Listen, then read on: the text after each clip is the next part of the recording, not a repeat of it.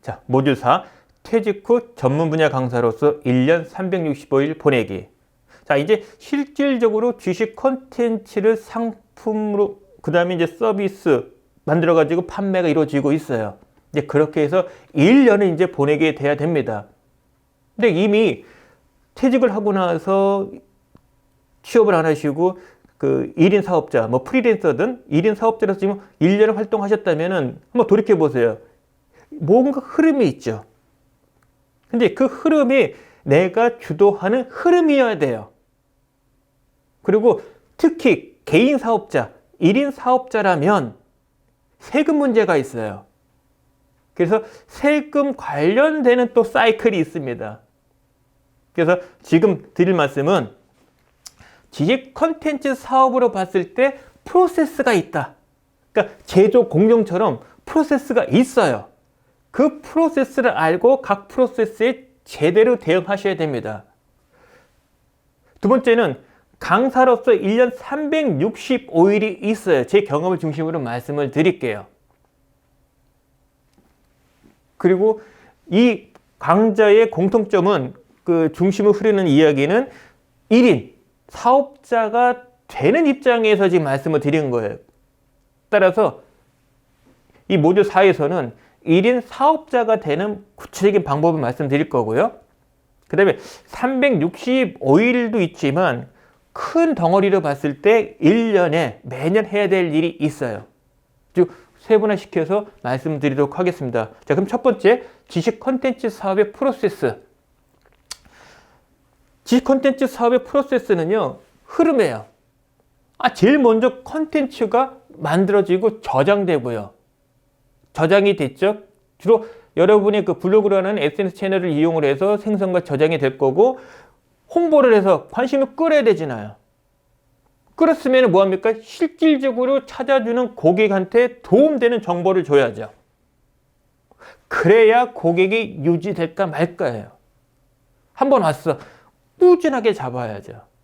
그래서 실제 여러분들이 채널을 만들어 놓으면 들락날락 해요. 근데 어느 순간에 훅 하고 늘기도 해요. 유튜브 같은 경우는 진짜 늘기 어렵습니다. 특별히 홍보 안 하면은. 자연 발생적으로 늘리는 게 쉽지는 않아요. 블로그도 마찬가지. 근데 어느 정도 저희 경험으로는 한 3개월 정도만 꾸준하게 하면은 반응이 나와요. 고객이 늘기 시작합니다. 그럼 그 고객이 만족했다면 또 고객을 끌어오겠죠. 그리고 구체적으로는 이제 매출을 발생시키는 단계가 되고요. 그런데 매출을 늘리는 것이 무조건 좋지만은 않아요. 한계가 있어요. 자제를 할 때가 좀 있습니다. 그래서 저는 궁극적으로 매출이 발생되는 프로세스인데 한편으로는 매출에 대한 과욕도 자제하는 부분까지도 감안하셔야 된다. 그 이유는 본론에서 또 설명드리겠습니다. 자, 첫 번째, 지식 콘텐츠의 생성과 저장. 그 중에서도 준비사항 부분. 그건 앞서 말씀드린 겁니다. 모듈 1에서 말씀드렸던 부분이에요. 이거 잊지 마시라. 이걸 언제 끝내야 된다? 퇴직하기 전에. 핵심은 뭐다? 나만의 지식 콘텐츠를 만들고 저장하는 거. 그게 핵심이에요. 그러려면 일단 내 업이 나와야 된다. 그 업을 가급적 경험을 해야 가치가 더 높아진다. 지속적으로 가치를 부여해라. 가치는 뭐다? 고객의 문제를 해결해 주는 거죠. 그 다음에 내 업을 발전시켜라. 그 다음에 자신이 좋아하는 것을 업으로 기하기를 삼자. 근데 좋아하는 것이지만 수입이 발생 안 되는 거는 그냥 취미예요. 그러니까 수입이 발생되는 것, 근데 내가 좋아하는 것, 내가 자신이 있는 것, 그것을 찾아서 업으로 만들자. 이게 가치가 있고 계속 매출이 발생되려면 오리지널이 있어야 돼요. 여러분 같은 경우는 내 지식 콘텐츠, 어찌 보면은 형태감이 없는 지식 콘텐츠인데 그게 돈을 투자해야 되는데 이 카피야. 흔해 널려 있는 거예요. 그런데 돈 쓰겠습니까? 안 쓰죠. 특히 요즘 인터넷에 다 공짜인데. 그러려면 나만의 오리지널이 있어야 된다. 그러려면 일단 내가 어떤 능력 갖추고 있는지를 알아야 되고 그 능력을 계속 늘리기 위한 핵심은요. 내 능력의 핵심은 나만의 only one. 이런 관점에서 원천을 찾으셔야 됩니다. 그러려면 지속적으로 독서도 하셔야 되고 사례도 발굴하시고 직접 경험도 해보시고 그게 어려울 경우는 간접 경험이라도 하셔서 나의 원천을 확대하시라. 물론 전문성 확보가 좋아요. 근데 굳이 전문 자격증을 취득하지 않아도 직접적 경험을 안 해도 그 원천을 넓혀가는 데는 방법은 있다고 말씀을 드렸고요. 지식 콘텐츠 생성과 저장에 있어서 중요한 거는 대부분 한 머릿속에 맴맴 돌아요. 근데 오랫동안 직무 경험했던 것, 내 관심 있는 분야에 대한 그 업에 대한 거 알고 있는 게 많죠. 경험도 했는데 거기다. 시행착오 다 겪었는데 노하우 있잖아요. 문제는 그거를 드러나게 만들어야 된다는 거죠. 그래서 그 요령에 대한 거를 말씀을 드렸습니다. 다시 정리한다면은 꾸준하게 그 이야기 맴맴 도는 거를 좀 글로 기록을 하시라. 그리고 기왕이면은 남들이 알고 싶어 하는 것, 그것도 좀 늘키시라. 그리고 그와 같은 기록을 할 장소, 그 SNS 채널을 만드시라. 지금 블로그로 추천드린 거고요. 꾸준하게 기록하고 저장하시라. 당분간은, 그러니까 저 같은 경우는 2009년도 11월부터 블로그를 만들어서 시작을 했어요. 근데 실제 사업자가 된 거는 그 다음 해 2월 1일자입니다. 약 3개월 정도였죠. 근데 퇴직을 염두에 두고 만든 건 사실은 아니었어요. 이제 필요하다. 최소한 1년 뒤에는 내가 퇴직도 준비해야지라는 관점에서 만들었는데 하여간 꾸준하게 3개월 동안은 꾸준하게 했던 것 같아요. 그래서 초기 3개월, 길게는 1년 정도는 가급적 재직했을 때 재직하는 동안에 만드시라. 그리고 퇴직을 하셨다면 퇴직 시점 나오자마자 꾸준하게 생성하시고 저장하시고 홍보 좀 하시라. 그런 내용을 이제 발표할 자료, 특히 강의 자료로 만드시고 그거를 이제 말로 글로 표현 좀 하시라. 그리고 꾸준하게 그 글을 그 다음에 동영상이든 또 강의든 그거를 한 사람 보신 사람들에 대한 피드백을 수정 보완하시라.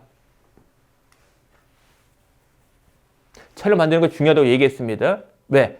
지식 콘텐츠는 많이 노출되는 게 중요해요. 알려야 돼요.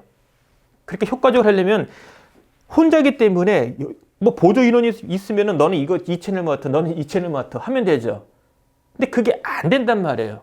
혼자 해야 되니까. 그래서 한 군데 집중하자. 근데 기왕이면 비용 발생하면 안 되죠. 그러니까 지금 말씀드렸던 것들이 다 무료였다는 거. 그래서 대표적인 걸 말씀드렸습니다. 그래서 개인 취향은 있을 거예요. 나는 블로그 말고 카페를 하고 싶어. 그럼 카페 하세요. 단 카페를 운영할 때 장단점이 있다는 거. 그걸 감안하시라는 거. 하다가 멈추면 안 돼요. 그걸 정말 여러분 조심하셔야 돼요.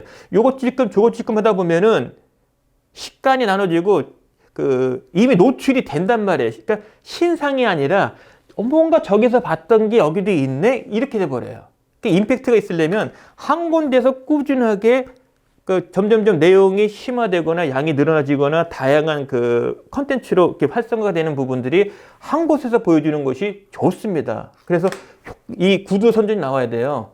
야, 어디 가니까 이런 것도 있더라. 야, 그 블로그 가봐라. 이런 식의 소문이 나야 됩니다. 그래서 길게는 동영상까지도 염두에 두시라. 뭐 여러분 보시면 아시겠지만은 꼭 동영상 강좌 부분, 동영상이라는 그 컨텐츠 만드는 게 내 자체가 뛰어내야 된다는 얘기는 아니에요. 그러니까 나의 글, 말을 영상으로 담을 뿐이에요.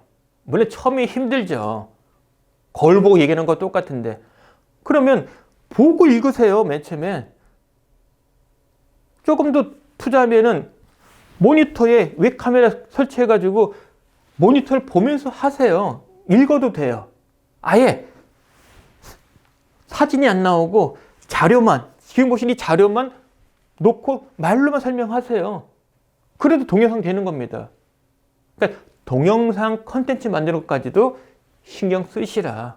그런 노력이 쌓이면 저처럼 동영상 강좌도 할 수 있게 되는 거죠. 자, 이제 만들었어요. 이제 관심 끌어야죠. 저 같은 경우는 혼자니까 어쩔 수 없어요. 홍보에 한계가 있어. 그래서 이 컨텐츠 자체가 그 마치 그 길목을 지나가는 그 물길에 딱 길목에 서서 물고기를 채가는 그 곰처럼 나의 지식 컨텐츠는 꼭 필요한 사람이, 아니, 회사가 있어. 어느 시점 되면은. 그러니까 회사가 위기봉착하거나 회사가 커지거나 뭔가 체계적으로 하고 싶은 회사가 생길 때 저를 찾게끔 만드는 컨텐츠예요. 그러니까 그런 것처럼 여러분도 컨텐츠 자체가 나를 찾게끔 만드는 컨텐츠라면 한결도 수월하죠. 내가 공유하는, 오픈하는 그 자료가, 컨텐츠가 유용하다면, 공짜라면 몰립니다. 오게 되어 있어요. 우리 걱정은 이거죠. 어디까지는 오픈해야 되느냐. 그러니까 남만 좋은 일 시키는 거 아니야. 될 수도 있더라고요. 저도 사실 망설였어요.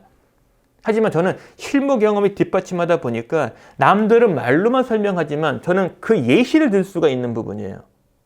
그래서 오픈을 해도 저 맥락, 그 취지 부분은 좀 차별화가 될 것 싶다 싶어서 오픈을 했었습니다.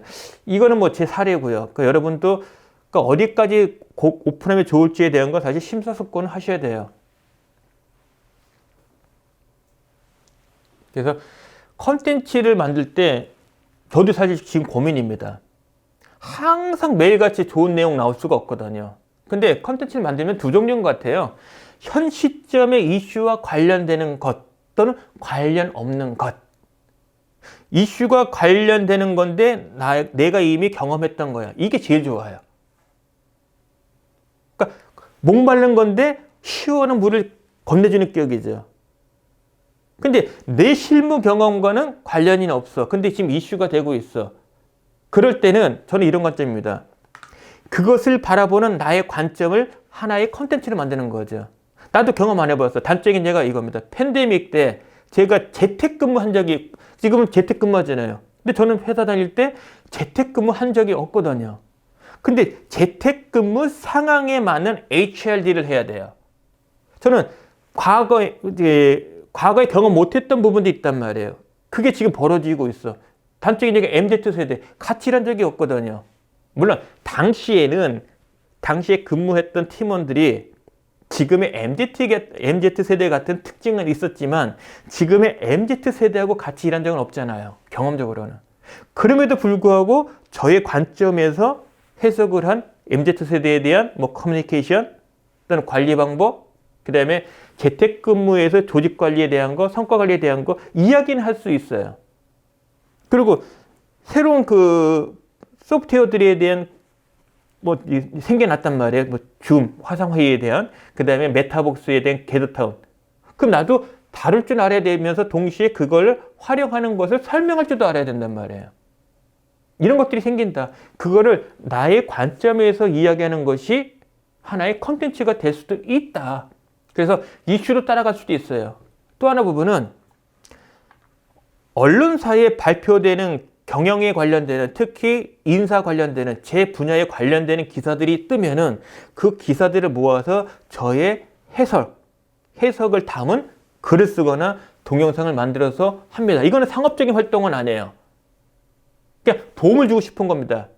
자, 이런 기사가 나왔는데 예를 들면 삼성에서 신인사 제도를 한다 이거예요. 그럼 그 배경이 뭐고 의미가 뭔지, 그러면 시사점이 뭔지, 그럼 HRD 담당 입장에서 어떻게 해석하고 뭘 준비해야 되는지 이런 거를 이제 코멘트를 달아요. 그런 게 필요한 거예요. 그런 건 상업적인 건 아닙니다. 그냥 도움되는 정보인 거죠. 그런 노력도 필요하다. 그런 노력들이 한다면 나중에 이렇게 돼요. 이런 주제도 강의 가능하십니까? 가능한데요. 그러면 이제 거래가 성사되는 거죠. 그게 쉽진 않지만 뭘 바라곤 하진 않는 건데 수고스러움도 들어가요. 자료 일단 모아야죠. 글 만들어야죠. 또 동영상 만들어야죠. 수고스러움은 들어가요. 직접적인 수익 발생은 안 돼요. 하지만 그런 노력도 필요하다. 왜? 잠재적인 고객을 끌기 위해서는. 기존의 고객을 계속 유지하려면. 그런 관점이에요.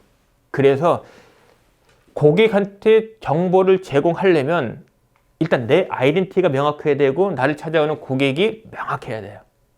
그럴수록 쉽다. 그럼 원하는 건 뭐냐? 고민 해결이에요. 그리고 제 지론은 이렇습니다. 재직자 대상으로 뭔가 수익을 발생하고 싶은 지식 콘텐츠는요, 한마디로 그 지식 콘텐츠 구매자 입장에 봤을 때 나를 도와달라. 나 이 직무 안 해봐서 걱정이 돼. 두려움이 있어. 그거 없애달라. 이런 퀴즈예요. 이건 다 경험해봤잖아요. 그런 것들도 도움이 된다. 그래서 제가 인사적인 카페라는 곳에 가서 했던 일들은 사실 그 안에 보면 가입한 회원들이 이런 글이 많이 올라와요. 도와주세요, 도와주세요. 저는 그 글에 댓글 남겨주죠. 그리고 그런 걸 보고서 공통적인 게 있네? 그 공통적인 거를 해결하는 글을 써서 올려놨습니다. 호응도 많이 받았고요. 그래서 정보 제기 부분은 앞서도 마찬가지고요. 그러니까 이슈를 따라가서 이슈 도움되는 그런 컨텐츠도 만드셔야 된다. 그 다음에 이제 정보 제공이 있는데 나를 알린 것도 필요하죠. 상업적인 거죠, 이거는. 주로 블로그에서. 그러니까 페이스북, 내가 운영하는 페이스북, 내가 운영하는 블로그, 내가 운영하는 카페가 있다면 거기에 이런 거 홍보하세요. 저도 블로그에 교육 상품에 대한 것, 서비스에 대한 것이 그냥 고정 메뉴로 들어가 있습니다. 그걸 또 페이스북에도 그때그때마다 공개 교육 같은 거 홍보도 하고요. 또 강의 갔던 것도 이제 올려서 저 이런 거 할 줄 압니다라고 하고, 블로그에는 강의 실적이 쭉 리스트업이 되어 있어요. 그래서 무슨 강의를 했는지를 객관적으로 알 수 있게 만들어 놨죠. 이런 노력이 좀 필요하다. 자, 다음은 고객을 유지하기. 지금까지 해왔던 활동을 제대로 했다면 고객은 당연히 유지되죠. 근데 더 잘하고 싶어.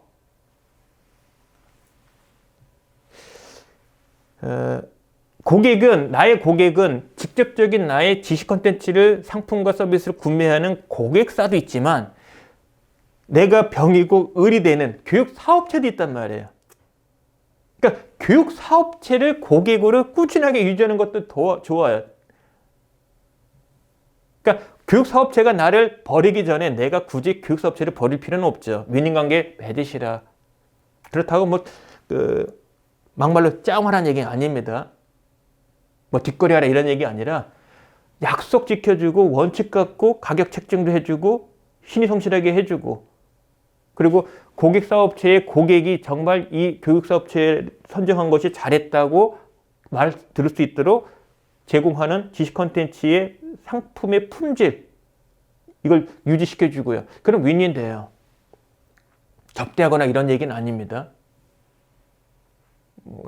전 개인적으로 사실 접대를 받거나 한 적은 없습니다.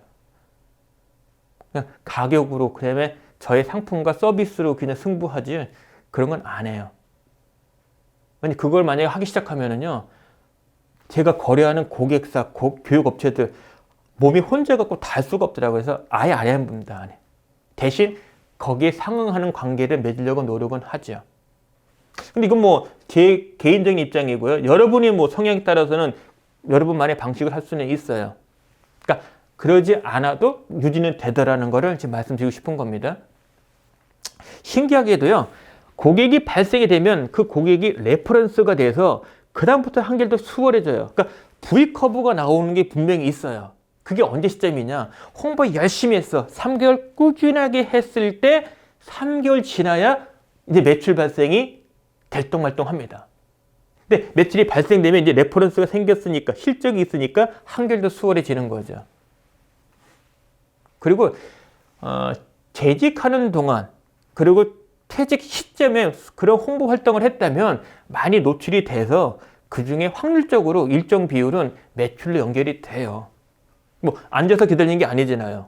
매출이 발생이 되도록 콘텐츠 만들었죠. 홍보 활동했죠. 그리고 상품 자체를 잘 만들었죠. 그럼 당연히 매출은 발생이 될 가능성이 높죠. 문제 이제 얼마를 버느냐가 이제 고민이겠죠. 그래서 여러분들이 사이버상에서 한 번도 만나진 않았어. 그런데 회원수로 보여. 이제는요, 퇴직한 이후에는 그냥 숫자로 보이는 게 아니라 나한테 매출을 발생시켜줄 잠재 고객이라는 관점에서 보셔야 돼요. 그래서 허투루 보시면 안 됩니다. 그리고 이미 한번 분명한 고객이라면 정말로 저 관리하셔야 되는 거고요. 매출 만들기. 앞에서도 말씀을 드렸죠. 포인트는 나의 상품 가격의 책정 방법이 합리적이 되고 고객과 교육 사업체하고 거래한 관계가 있으면 기준이 있어야 된다는 거. 그 기준은 지켜야 된다는 거. 나를 쓸 수밖에 없게 만드는 부분이 있어요. 그러니까 고객사가 나를 다이렉트로 쓰게 만들려면 어쩔 수 없어요. 나만의 유니크한 컨텐츠가 있으면 돼요. 그리고 그들의 고민, 문제를 해결해 주면 나한테 와요. 그걸 어떻게 파악하느냐? 둘러보고 되니까요. 그리고 고객사를 통해서 구전 효과도 분명히 있습니다. 그 다음에 실질적인 실무적인 솔루션이 있어야 된다. 그래서 실무 경험이 있다는 게 그만큼 가치가 있는 거예요. 그러니까 이런 겁니다. 이 강좌의 그 맥락은 수십 년간 회사에서 재직하는 동안에 쌓은 내 전문 분야가 있어. 그거를 다 버리고 새로운 거에 뛰어들어서 수익을 발생시키겠다. 이게 쉽겠냐 이거죠. 가령 음식장 사겠다. 생활의 달인 나오는 그런 음식장이 아니면은요, 지속적으로 성공한다는 보장이 그런 노력하셔야 돼요. 근데 그 노력이 쉽겠냐 이거죠. 돈도 들어가죠. 온 가족이 달라붙어야 되죠. 그런데 내가 수십 년간 쌓아온 축적되어 있는 지식 컨텐츠를 갖고서 돈을 벌 수가 있다라고 생각해 보세요. 얼마 이내가 이제 중요하겠지만 가능성이 있다. 그럼 한번 시도해 보시라. 그럼 부족한 부분이 있으면 그 부족한 부분을 채우는 노력을 또 하시면 되잖아요. 먹는 장사를 하시는 부분도 매출이 나쁠 때는 알바한다고 그래요. 왜? 부족한 걸 채워야 되니까. 그러니까 지식 컨텐츠로 사업을 한다 그러면 그것만으로 돈이 부족한 게 있으면 또 부족한 거 채운 거 노력하면 되지요. 그럼 차이점이 뭐냐? 음식 장사라는 것은 내가 처음으로 뛰어드는 곳이 될 확률이 높고 투자 비용이 들어간다는 거죠. 지식 컨텐츠는 내가 가장 자신이 있는 분야고 투자 비용이 없다는 거죠. 그래서 여러분에게 심각히 고민 한번 해보시라고 말씀을 드리는 겁니다. 그러면 여러분이 나름대로 어느 특정 분야에 있어서는 분명히 그런 고민하고 있는 고객의 고민을 해결해 줄 수 있는 솔루션을 갖고 있을 거다. 그것이 없으면 사실 지식 컨텐츠 사업자 하면 안 되죠. 무슨 일 있어도 그거는 여러분만의 업을 또 찾아가셔야 될 거예요. 그게 있다면 지금까지 말씀드린 방법대로 접근해 왔다면 매출 발생은 가능할 거다라고 말씀드리는 겁니다. 그래서 컨텐츠 하나만 나오면 그거를 다양한 상품으로 서비스 만든 거는 쉽다라고 말씀을 드렸고요. 자, 지식 컨텐츠 사업 프로세스의 마지막 단계입니다. 매출 과욕 자제하기. 아니, 매출 욕심을 자제해라. 좀 이상하죠? 이게 뭐냐면 이건 실제 많은 지식 사업자들한테서 발견돼요. 저도 이제 페북에 보면은 그런 케이스 많은데 과욕, 그러니까 과로하다 보면 몸이 상해요. 이석증이 많이 생깁니다. 그리고 소화기관 쪽에 대한 문제가 좀 있고요. 지금 보시는 것처럼 장시간 서서 해야 되거든요. 그리고 이게 강의는 조금 대화보다는 한 톤이 높아요. 그렇게 기가 발산이 돼요. 그러니까 여러분의 흥미를 계속 끌어내려면 이게 지금 아무도 없는데도 불구하고 몸짓도 해야 되고요. 하물며 사람이 모여 있다면 움직임도 해야지. 에너지 소비가 많아요. 그걸 하루 종일 풀로 며칠을 한다고 생각해 보세요. 돈이 많이 벌려면 매일 해야 되는 거 아니에요. 그럼 매일 한다고 생각해 보세요. 마치 등산을 매일 하거나 프로 선수가 매일 경기하는 것 같을 겁니다. 몸이 상해요. 매출에 대한 욕심은 매출이 늘으려면 일하는 시간이 많아야 돼. 돈을 버는 활동이 많아야 돼요. 근데 그게 몸을 또 버릴 수가 있어요. 그런 부분은 몸이 상하면 그 순간부터 뭡니까? 매출이 제로가 돼요. 그래서 자제가 좀 필요하다. 즉 1년에 내가 벌 수 있는 맥스가 있어요. 한 달에 벌 수 있는 맥스가 있고 주간에 벌 수 있는 맥스가 있습니다. 그 나름대로 기준을 여러분이 보시고 지키시라. 과욕은 화를 불러일으킵니다. 또 하나 부분은 내 분야가 아니야. 근데 돈을 벌고 싶어. 그 욕심을 내서 다른 분야까지 들어갑니다. 근데 좀 생뚱맞는 분야야. 근데 내가 할 수는 있을 것 같아. 이런 욕심을 내요. 그러다가 화를 자초할 수도 있어요. 그래서 내가 놀던 분야가 아니면 내가 놀던 곳이 아니면 새로운 곳에 가는 것은 위험천만합니다. 이 점도 명심하시고요. 그래서 저희들끼리 그런 얘기 있습니다. 김밥 천국 다 된대. 그러다 큰일 납니다. 저 같은 경우는 실제 영업 경험이 없거든요. 그러니까 갈등 관리나 영업력에 대한 주제를 하기가 좀 과장하면 어불성설인 거죠. 안 해봤거든. 그러니까 그 주제 갖고 이야기가 어렵죠. 그러니까 불황일 때는 그 주제가 사실 강의 도움되거든요. 그 매출에는. 근데 안 한 걸 어떻게 해? 근데 만약에 뛰어들었다. 걱정되죠. 그래서 아예 안 합니다. 그 다음에 혼자 할 땐 상관없는데 여럿이 해. 그럼 욕심이 생겨요. 내가 더 열심히 한 것 같거든. 남이 더 많이 갖는 것 같거든. 이게 사전에 약정을 하고 지켜야 돼요. 그래서 저 같은 경우 컨설팅을 할 때 혼자 하는 게 아니라 여러 명이 하지 않습니까? 혼자 할 땐 상관없어요. 근데 제가 수주를 딴 사람하고 같이 다른 사람하고 연합이 돼서 수행할 때가 일을 시작하기 전에 그거 먼저 해요. 이익 배분. 그게 먼저 합의가 돼야 돼요. 그러면 깨끗하게 나중에 다 정산됩니다. 그러지 않고 하다 보면 나중에 이제 말 나와요. 그 다음에 1인 지식 콘텐츠 사업자한테 신이 다 안 준다. 이런 표현 많이 쓰는데 사업자가 돼서 선수로 뛰는 것과 경영하는 거는 좀 다른 것 같아요.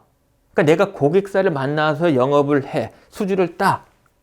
이런 활동과 콘텐츠를 만들고 홍보하고 강의하거나 동영상 찍거나 글 쓰거나 하는 것 능력이 좀 달라요. 그러니까 저 같은 경우는 그런 면에서는 사람을 고용해서 이렇게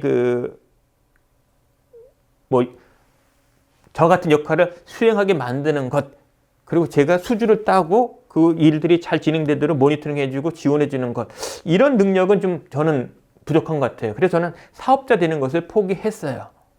그래서 애당초 저는 선수를 뛴다. 교육사업자가 안 된다라고 생각을 했고 그걸 유지하고 있고요. 그래서 지금도 많은 교육사업체들하고 적대관계보다 경쟁관계보다는 그냥 강사풀에 들어가 있는 입장에서 유지하고 있습니다. 이건 좀 여러분이 정하실 필요가 있어요. 그리고 만약에 내가 사업자가 되겠다 그러면 법인으로 전하는 것이 더 효과적이고요. 그러니까 큰 돈을 벌려면 사실은 사업자로서 뛰는 것이 매출 규모는 커지고 매출 규모가 커지니까 자기의 목이 커질 수가 있겠죠. 자, 지금까지 지식 콘텐츠 사업의 프로세스 말씀을 드렸고요. 다음 시간에는 강사의 1년 365일 엿보기에 대해서 소개하겠습니다.